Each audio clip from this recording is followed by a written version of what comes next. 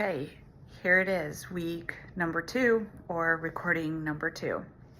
I'm Beth, and I'm the creator of Street Side of the Church Door, and this is an effort that I'm making to build something that didn't exist beforehand. Last week I talked about how difficult it is to start, and was reminded again of that today as I was getting ready to film this. I'm in Dallas at a hotel, as is pretty easy to see, and I don't know that that's going to be all that different moving forward. Hotel, different place, and maybe that'll become part of a theme of all of this, but I feel like I could spend a lot of time getting ready and getting this conversation perfect, getting my hair and makeup and outfit, lighting all perfect, all to put away and wash off within a few hours or even minutes after recording this. And it just doesn't really seem like that's the point. I could also spend 20 extra minutes digging into this and learning about this, how to better communicate, how to organize ideas, how to share it, post it, cut it up, edit it, do all of those things that make a true difference than work on my hair and makeup. So, or find a better location in which to record. One of the things that I've thought of since kind of doing the first one is that the first one is really hard. And I'm even embarrassed to consider rewatching it again because it's messy. It's that dirty first draft. It's disorganized. The lighting is really bad. But it happened, and so I'm really proud that the first thing happened. What I've also learned, and I think is important to share about now, is that the skills, or let me say it a little differently, starting takes more than skills. If we don't start, then we never have to back up into the possibility of it not working out. And what's funny is the possibility of it not working out is exactly that. It's a possibility. It could work out just fine. It could work out great. It could be the next best thing to happen to me, and perhaps happen to the people around someone when they do invest in the next thing for themselves. But if we never push ourselves into that space, then we never have to admit that it didn't work out. Then it's always this dream. It's always this thing we wait for. Better circumstances, better environment, more resources, better education. And when I say that it's not just the skills that are required for the start, it's that there's almost something supernatural that has to come from someone that compels them to start anything, to go from nothing, from 0 to 1. 0 to something. It requires more than the skills, because no one would ever start if that were the case. To go from 1 to 5 to 10, I think that is when one can really start to lean into the skills from experience and what they've learned. But one thing about me and this entire project is Street Side of the Church Door is really designed to dig into my search for purpose. And when I look around my kind of social network, my community, geographical areas I travel to, which I travel a lot, the rest of the country, and perhaps the rest of the world, I see that I'm not alone in that. And it seems like even right now is a bigger there's a more sense of urgency around people trying to really grasp and learn their purpose and what they're capable of doing and explore why they're here in the first place. And I'm not alone in that. I'm hungry for that. I'm hungry to acknowledge this feeling that I've had inside of myself for probably 20 years that I kept pushing down, pushing aside, tempering, putting a lid on it, kind of putting in the back corner for the longest time. But as I sit here in my 40s and look back, I could say with like absolute certainty that when I was in my middle teens, there was this stirring inside of me, this nudge, this calling. Sometimes I refer to it as a flame that just kind of doesn't quite burn out. Sometimes circumstance can be like the wind that blows it up a little bit, but it can kind of be set aside, pushed back. But for me, that was to encourage people who felt like they weren't worthy to show up in some particular space.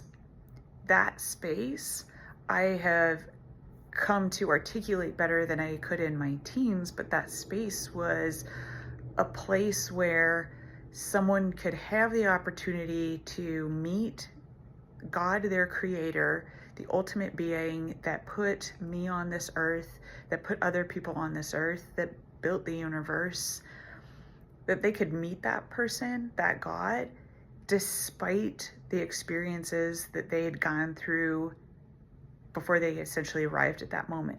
What I find really interesting is that I had that desire to get involved in that when I was 15, 16, 17. And that was long before I lived the series after series after series of mistakes, triumphs, lessons that I now am here today to be able to say, I'm really hungry to figure out what that purpose for my life is. I have some ideas about what that does look like and what that will include. Specifically, everything I just said about encouraging people who maybe don't feel necessarily qualified or worthy to show up for their best selves and their purpose, given what they've gone through or done. And I specifically think of this in the vein of people who have been let down, disenfranchised, shunned, turned away by what we would typically call, and kind of put definition around, the church. That's essentially like what I'm after. There's some things to know about me and how I got to this place. So I mentioned that I was in my teens, and really had this sense of calling to do something around people who just felt unworthy to show up for their best selves. And I have come to find several themes that have made that successful, and I'll share what those are. But I, at that late teenage, was kind of patted on my head to go learn, like go grow up, go get a job, therefore go get an education, get a formal education, get married, and then come back. So grow up, get a job, get an education, and then get married, and then come back. The family system I grew up in was very traditional in all sense of the church, that a female would become a wife, run a house, and raise children. I was always just a little against that. It was something that just didn't excite me. I have friends around me today whose greatest joy is being a mother, and I think that's awesome. I haven't had that same internal desire to be to mother anything, and as a result, it kind of counted me out because I just didn't really have that desire. But I did go get the education, so I got the skills, and I have the skills that society told me to go do, to get the education, to get the degree. Not only one, I got two. Spent 6 years in school, took on a significant amount of student loan debt.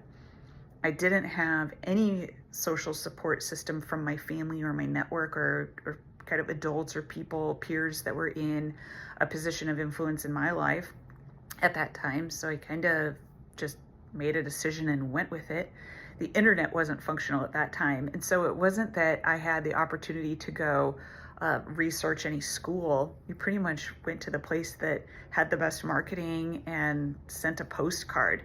Otherwise, I can't really begin to think of why I ended up where I did for my undergraduate and graduate school. So I go get the education, I go get the skills. I have a bachelor's, I have a master's, and now I also have certificates of divorce. And through the certificate of divorce is when I started to really get curious about that desire and that passion that I had younger about not feeling worthy to show up for purpose. I knew at the time, I knew before I was 20, I knew before I went to college, before I went to school, before I bought cars and built houses and really got stymied by what the world had to offer. Did all of that. And now here I sit, and I don't think it's unlike a lot of other people 20, 30, 40 years later, and it's like, hey, what I was kind of sold before, it didn't work. It's falling flat. What I've come to live through is something that I think is really important to potentially help other people, or has the capacity to help other people. When I was going through my divorce, it was, and this is not a YouTube channel, a conversation. Street Side of the Church Door is not a conversation about divorce or even necessarily working through that divorce. But what I believe it will be about, is to share information about some of the ways I got through it and what going through it looked like and what going through it looks like. I've gone through it. I'm in a different space and phase. And at the time that I was really going through it, I wish there were resources out there of someone that was essentially on-demand content that I could have heard, like, here's what it looks like, here's what it sounds like, here's what it can feel like on the other side of what is going on in life right now that's like really, really heady and really, really awful.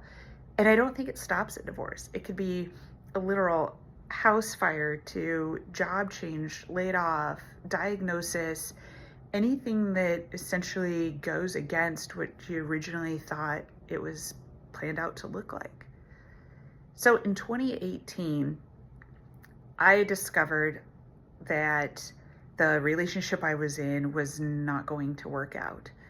It was at the end, closer to the end of the year, but it was really clear that there were just some really significant systemic issues that were not going to help that relationship grow anymore. And it took a few years to exit, and it's still taking time to like fully exit, even though I haven't had any interactions or conversations for 4 years, going on five years now. But it's that two things were happening at that time in 2018. I was still in that relationship, and I knew that the tension in that relationship was not going to sustain, really weather anything. I also was coming back to that time when I was younger and had this feeling inside of me about like, what do I really want to do? And while I was sitting in a lonely, empty house, it was also putting some wind, like I said at the beginning, putting some wind on this feeling that I was having early on in life about purpose. And so what eventually was kind of the linchpin to everything was my hunger, my desire that couldn't be kept in the corner anymore around giving voice to my purpose, to what I was feeling called to do. So I get out of that relationship, and again, hardest thing I've ever gone through.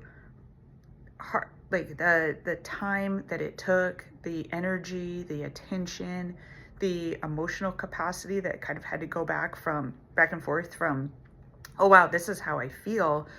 This feels a certain way to, like, I can't deal with those feelings right now because I need to deal with this task, whether that's signing papers, talking to lawyers, whatever it might be. That was really, really hard. But the thing is, like, I came out of it, and I had an experience that I learned a tremendous amount with and by. While I was in kind of the dissolution phase, there were a lot of things that I did that helped tee me up, and there were a lot of things that I did that certainly were not helpful. But what's happened is that now that I'm on the other side of like that most intense part of surviving this unexpected, very intense circumstance, and I even hesitate to call it trauma because I don't know that that's what it is. I wouldn't agree that that's what it is. But I think too, that's a word that has a lot of definition around it. But what's happened is now I can reflect on an experience and share about that experience. There's a couple of things that I have learned lately. And this essentially takes a little bit of a pivot from the kind of the first section of this conversation. But what I've learned is that the way people are consuming content is one that craves like really kind of messy, dirty authenticity, which gives me a tremendous amount of comfort given that I've worked all day. And again, as I said, like you sometimes have to just get started without making everything around the start perfect. But there's this desire to get really authentic content and interactions with people. And so like here it is. Like this is it. I'm going to make mistakes. I'm going to misspeak unintentionally. Things are going to get taken out of context. That's at the important level. At the really superficial level is like I'm not going to be all that prepared visually, but people like authenticity. And secondly, there for a while we were really interested in consuming quick content, 2 seconds, 3 seconds, 90 seconds most, like never go over 2 minutes. And now what I'm seeing happen in the market is that people are interested in really long audiobooks or written books. They're also interested in really long podcasts. It's not uncommon for some of these top podcasts audience to spend 3, 4, 2 hours per episode listening to something that they want more information about, that it kind of goes unscripted. It works like our life does, that our life is not a great consistent path. It doesn't fit into some hierarchy of needs, some triangle, some funnel, some fancy shape. Instead, how life works out is it's like holding 6 crayons in your hand, or as many as you can fit, holding as many crayons as you can fit in your hand and scribbling all over the page, sometimes going off the page, sometimes going off the table, coming back on the paper and trying to draw again, all the while trying to draw a stencil of the continents. Like it's just messy, and it takes a completely different spin. That's something that is not shared. Like that's kind of one of these mysteries, these secrets about what's happening right now. And I think a lot of people are starting to expose and shed some light on it, is that this isn't what we were originally sold. Get the job, well, graduate, get the education, and who knows how long that's going to take. Don't worry about the debt. You'll get a job that'll pay that off. Get the job, get the career, get the title, get the business card, get the house, get the vacation, get the car, get the wife, get the kids, get the spouse, get the dog, like get it all. And then we're left here saying that it's just simply doesn't work. It's not how it works. There's a lot of people that, as mentioned in previous episodes, there's a lot of people who are just being, I say, like a bit of a renegade when it comes to the way we've been kind of taught things work.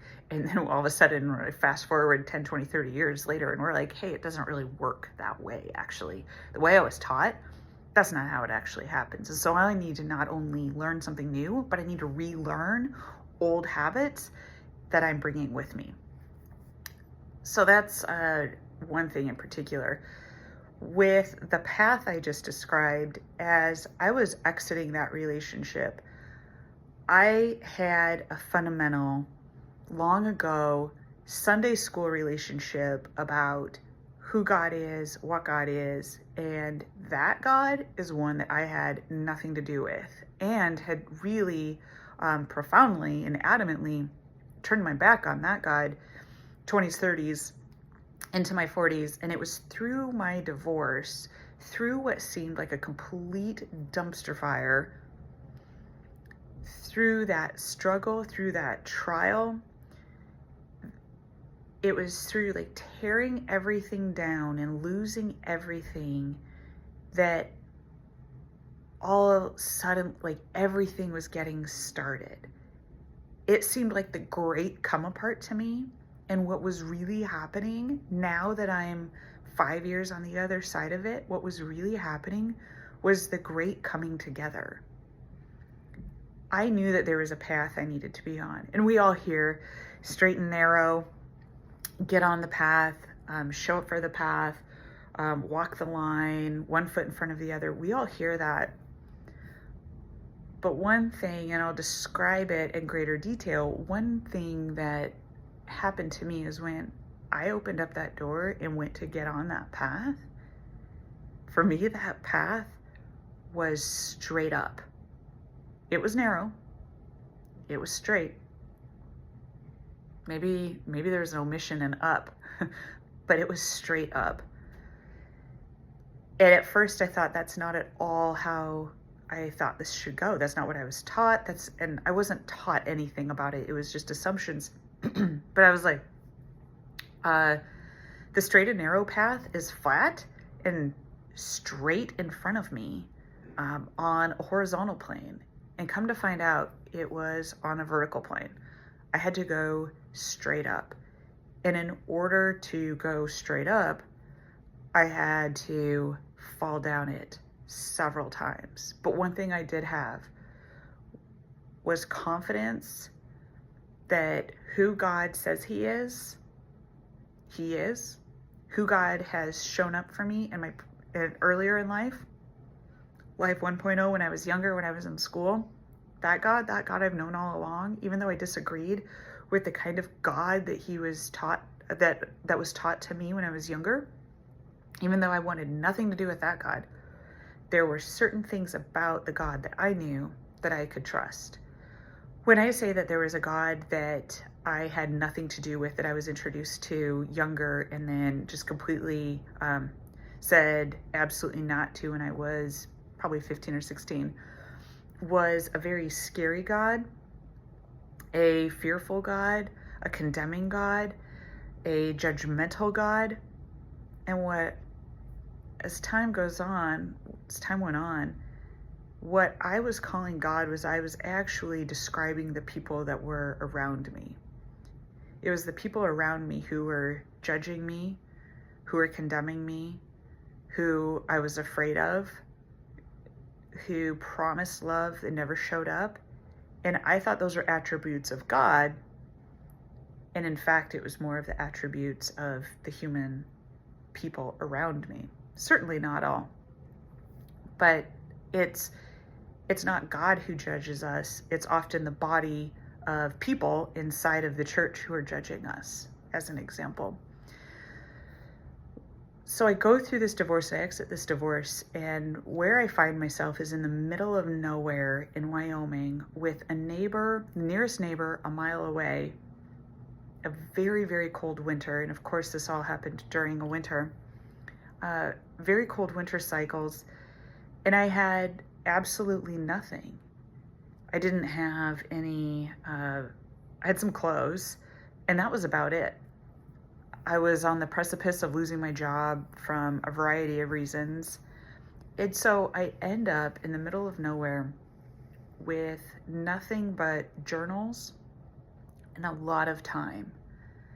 So I go hop in the shower one night, and I had my iPad playing music, and this song pops on that truly divine intervention, because I never played it. It was nothing that I had listened to before. It wasn't even a genre that I had listened to previously.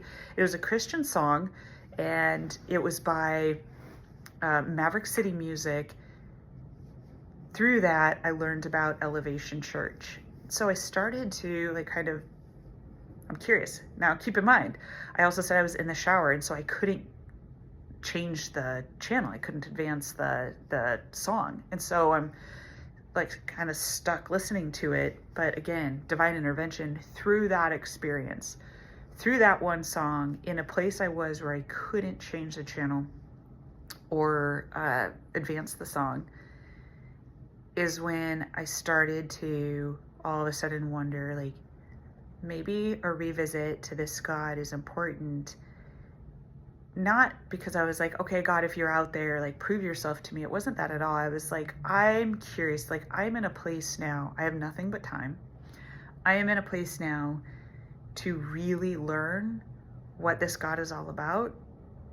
And if in some cases where people have said, you kind of hear things over time, that there is a God who has created me for a reason, who has purposed me. There are verses that say that no one has needed to interpret for me. And so I go on this headlong journey and really start to dive in and learn and pick apart how the Bible is written, what it's saying, and unlearn a lot of what I had been told previously through Sunday schools, pastors, culture, whatever that might be. Unlearning was a huge task in of itself.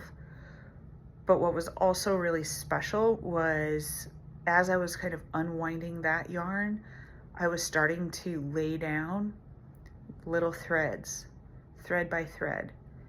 And as one piece of encouragement is, as one is going through something and you start to really dig into yourself and what's happening in the world around you, how one perceives it without outside influences, start to just lay down a thread here, lay down a thread there. Pretty soon maybe one goes the other direction.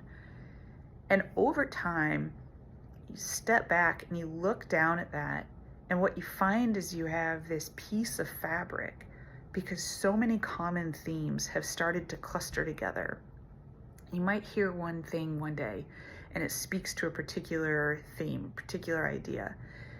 And then all of a sudden, I'm sure you've noticed this, that you start noticing it in a lot of other domains, and those start to cluster together. So pretty soon, it's kind of this beautiful patchwork that, might have a few gaps, and some of the neighboring colors might not match, but you have this fabric of new ideas and of new themes that have just been laid down one thread at a time. That was tremendously encouraging to me as I step back 5 years on the other side of a blow-up divorce, but 25 years on the other side of having a nudge of a calling, of a purpose that I 100% turned my back on. If anyone knows the story of Jonah and the whale, Jonah, go here. Jonah says, no, I don't want to. The whale swallows him. I was never in the belly of the literal whale, but I was in the belly of the proverbial well, trying to move away from what I knew I was created to do.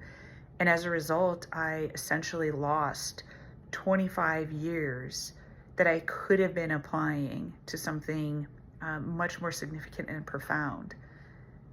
I believe that there's going to be, those years are going to be recovered. Somehow they're going to get made up. I don't really know. It doesn't really make sense to me. But I'm not distracted or dismayed or disappointed by the fact of those 25 years wasted. What I don't want to do is waste another day, week, another 25 years. I don't want to waste another 25 minutes. And so as I am preparing to start this and learning a lot about it, the one thing that I think is really important is that kind of coming full circle to this is that the start takes more than skills. It takes a tremendous amount of vulnerability, of just saying, I'm going to go do it. That's what this is, and trying it out.